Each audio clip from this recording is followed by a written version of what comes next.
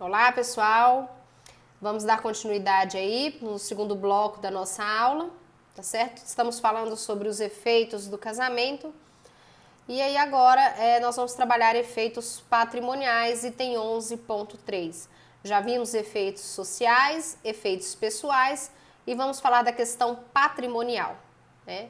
Pessoal, dentro dos efeitos patrimoniais, a gente tem um dever de sustento da família, né, o dever de prestar alimentos e a questão do regime de bens, tá certo?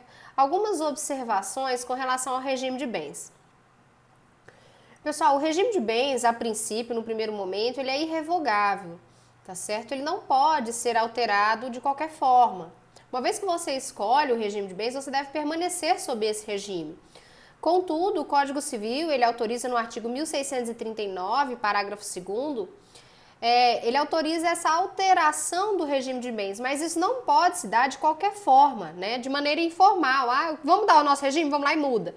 Não é assim que funciona, tá certo? Eu tenho que cumprir alguns requisitos que nós vamos estudar posteriormente. Então, em regra, o regime é imutável, mas essa regra ela é mitigada pelo próprio Código Civil, que permite aí a alteração do regime de bens, tá certo? Desde que com pedido justificado de ambos os cônjuges, né? Autorização judicial, enfim, nós vamos estudar isso lá na frente, tá ok? Antes de adentrar propriamente em regime de bens, eu quero trazer uma outra observação para vocês, que é com relação ao exercício de atividade empresária pelos cônjuges. Cuidado, aqui a gente dá uma pausa no livro do Direito de Família e vamos lá para o livro de empresarial trabalhar o artigo 977. Pessoal, o artigo 977, ele faculta aos cônjuges contratar sociedade entre si ou com terceiros, desde que não tenham casado no regime da comunhão universal de bens ou no da separação obrigatória. O que significa isso, pessoal? Os cônjuges, é possível que os cônjuges eles estabeleçam uma sociedade empresária entre eles, tá certo? Ou uma sociedade simples. Agora, cuidado, eles só podem estabelecer essa sociedade empresária entre eles se eles forem casados no regime da comunhão parcial ou no regime da separação total. Aí você me pergunta, por quê, professora? A gente vai estudar ainda os regimes de bens, mas entenda que nesses regimes, na comunhão parcial e na separação total, cada cônjuge tem, né? Eu tenho um patrimônio próprio. Não é todo o meu patrimônio que comunica com o meu cônjuge, eu tenho um patrimônio particular. Então, existe a possibilidade de eu integralizar a sociedade empresária, de eu aplicar esse meu patrimônio na sociedade empresária sem prejuízo do outro cônjuge. Então, eu, Juliana, tenho um carro e meu esposo tem outro bem. Então, eu vendendo esse carro, eu posso pegar esse dinheiro e aplicar na sociedade, entrar com a cota. Da mesma forma, o meu cônjuge, tá certo? Isso é possível. Agora, nos outros regimes, que você tem a mistura patrimonial, eu não consigo diferenciar e identificar o que cada cônjuge aplicou na sociedade. Então, quando você tem esses bens particulares, esses bens pessoais, é possível você distinguir, é possível você separar o que cada cônjuge investiu na sociedade, o que cada cônjuge aplicou para a constituição da sociedade empresária, tá certo? Então, no regime da comunhão parcial ou no regime da separação total, os cônjuges eles podem estabelecer sociedade empresária. Por quê, professora?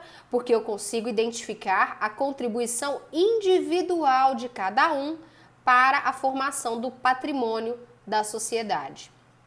Outra observação é um artigo que gosta de cair em provas, é com relação ao artigo 978, tá certo? Cuidado com o artigo 978, porque ele fala assim, que o cônjuge casado, ele poderá, sem a necessidade de outorga conjugal, qualquer que seja o regime de bens, alienar os imóveis que integrem o patrimônio da empresa ou gravá-los de ônus real.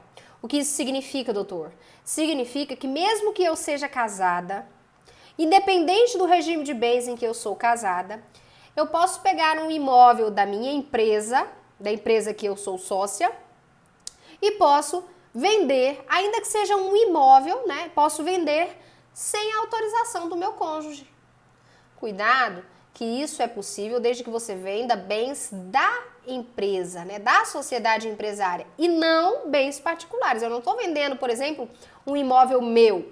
É a pessoa jurídica que está vendendo um imóvel dela. Aqui, a ideia do artigo é uma separação entre patrimônio da empresa, patrimônio da sociedade empresária e patrimônio pessoal do sócio, tá certo? São bens da sociedade e bens particulares dos sócios. Eles não se comunicam, tá certo? Então, por isso, eu não preciso da autorização do meu cônjuge para alienar ou para gravar de ônus real algum bem que integre a sociedade empresária, tá certo? Cuidado com essa observação, tá bom?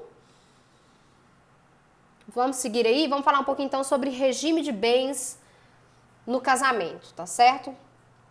Algumas disposições gerais, item 12.1, disposições gerais. Pessoal, o que são então aí regime de bens? O que é o regime de bens, né? Quais são os regimes de bens? Regimes de bens, pessoal, é um conjunto de regras. É um conjunto de regras que estipula aí algumas questões envolvendo relações econômicas e patrimoniais entre os cônjuges e entre os cônjuges e terceiros, né? Dos cônjuges perante terceiros. Então, é um conjunto de regra que disciplina relações econômicas dos cônjuges entre si e dos cônjuges perante terceiros, tá certo? O Código Civil, ele traz 4 tipos de regimes de bens. Regime da comunhão parcial de bens, regime da comunhão universal de bens, regime da participação final nos aquestos e regime da separação de bens, tá certo? Então, o Código traz 4 regimes de bens, 4 diferentes regimes de bens. Mas cuidado, você pode ter a formação de um regime misto. Inclusive, Flávio Tartucci, ele defende a ideia de que o regime ideal para ele seria um regime que, quanto aos bens móveis, seria um regime de separação de bens, e quanto aos bens imóveis, eu teria um regime de comunhão parcial de bens, né? Ele defende esse entendimento. Mas, enfim, os cônjuges, eles podem estipular o que lhes aprouver quanto ao regime de bens, tá? Inclusive, estabelecer um regime misto, salvo na hipótese do artigo 1641, porque lá no artigo 1641 você não tem margem de liberdade. A lei impõe um regime de bens, a lei define o regime da separação obrigatória de bens em determinados casos. Então, como a lei define o regime, ela te obriga a casar no regime de separação obrigatória, você não teria essa margem de liberdade para escolher o seu regime de bens, tá certo, doutor? Então, vamos lá. Artigo 1639. É lícito aos nubentes, antes de celebrado o casamento, estipular quanto aos seus bens o que lhes aprouver. Pessoal, lembra que nós falamos que dentro do livro de Direito de Família, você tem ali capítulo que fala sobre direitos pessoais e capítulo sobre direitos patrimoniais. Direitos pessoais, normas de ordem pública. Direitos patrimoniais, normas de ordem privada. Se os direitos patrimoniais trazem normas de ordem privada, significa que os cônjuges, eles têm uma certa margem de liberdade para estipular aquilo que for melhor para os dois. Eles não precisam seguir exatamente o que a lei manda. A lei dá para eles uma certa margem de liberdade para que eles possam decidir e negociar cláusulas específicas quanto ao patrimônio deles. É diferente da questão pessoal, porque na questão pessoal, um cônjuge não pode falar assim, eu quero dever de fidelidade, mas eu não quero dever de mútua assistência, porque isso é norma de ordem pública, então não admite, né, é cogente, não admite essa livre disposição entre os cônjuges. Agora aqui não. Aqui na questão patrimonial, por serem normas de ordem privada, você tem uma certa margem de liberdade. Os cônjuges, eles podem negociar acerca da questão patrimonial entre eles, tá certo? Agora, cuidado, né? Como tudo no direito. É uma norma de ordem privada, sim, mas ela não pode também infringir o ordenamento. Eu posso tudo, dentro dos limites da lei. Eu tenho que agir dentro dos limites da lei. Eu não posso ir de encontro a uma norma de ordem pública, tá certo? E é isso que diz o artigo 1655. É nula a convenção ou cláusula dela que contravenha disposição absoluta de lei. Então, eu tenho sim uma margem de liberdade nas questões patrimoniais, desde que eu não infrinja questões legais, desde que eu não vá de encontro aos termos da lei, tá certo? Prosseguindo aí com relação ao regime de bens, doutores, quero falar para vocês que o regime da comunhão parcial é o regime legal ou supletivo. Então, se eu te pergunto numa prova, né, qual é o regime legal de bens? Qual é o regime supletivo? Responda com toda a propriedade. É o regime da comunhão parcial. O que isso significa? Significa que se as partes não escolhem um regime de bens, professora, foi isso que aconteceu comigo, eu casei e não escolhi o regime de bens. Então eu te informo agora, o seu regime de bens é um regime da comunhão parcial. No silêncio das partes, né, quando as partes não escolhem, não definem um regime, o regime da comunhão parcial, por ser o regime legal, é o regime que vai ser aplicado naquela situação, tá certo? Ou até, professora, fiz um pacto antinupcial, mas o pacto é nulo. Então, como o pacto antinupcial é nulo, o regime de bens aplicável vai ser o regime da comunhão parcial. Antigamente, o regime legal era o regime da comunhão universal. Então, pode ser que no exercício da sua atividade profissional, você encontre algumas pessoas que fala assim, não, eu sou casada no regime de comunhão universal. Antigamente era o regime legal. Então, antigamente o regime da comunhão universal era um regime legal, né? No silêncio a gente aplicava a comunhão universal.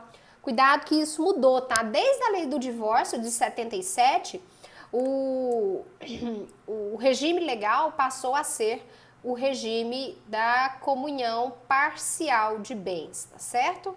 Isso é a mesma coisa também para a união estável, tá bom? Porque na união estável, se as partes não têm nenhum contrato ou uma escritura pública estipulando algum regime de bens, para a união estável também aplica o regime legal, regime da comunhão parcial de bens. Então, as partes não escolheram, ninguém falou nada sobre regime de bens, comunhão parcial é o regime que vai vigorar. E esse regime, ele passa a vigorar desde o momento da celebração do casamento, tá certo? Então, casei, a partir daquele momento é que eu vou ter essa vigência do regime de bens. Só uma observação, pessoal, com relação ao artigo 2039, é uma norma de direito intertemporal, ela fica lá no finalzinho do seu Código Civil. O regime de bens nos casamentos celebrados na vigência do Código Civil anterior, Código de 16, né, é por ele estabelecido. Então, os efeitos, né, do casamento, dentre eles o regime de bens escolhido na vigência do Código de 16, é regido pelas normas do Código de 16, tá certo? As regras que você vai aplicar para casamentos celebrados aí com regimes escolhidos antes da vigência do Código de 2002 são as regras que dizem respeito aos regimes de bens previstas no Código de 16, tá ok? Vamos falar então agora, pessoal, sobre algumas características do regime de bens, tá certo?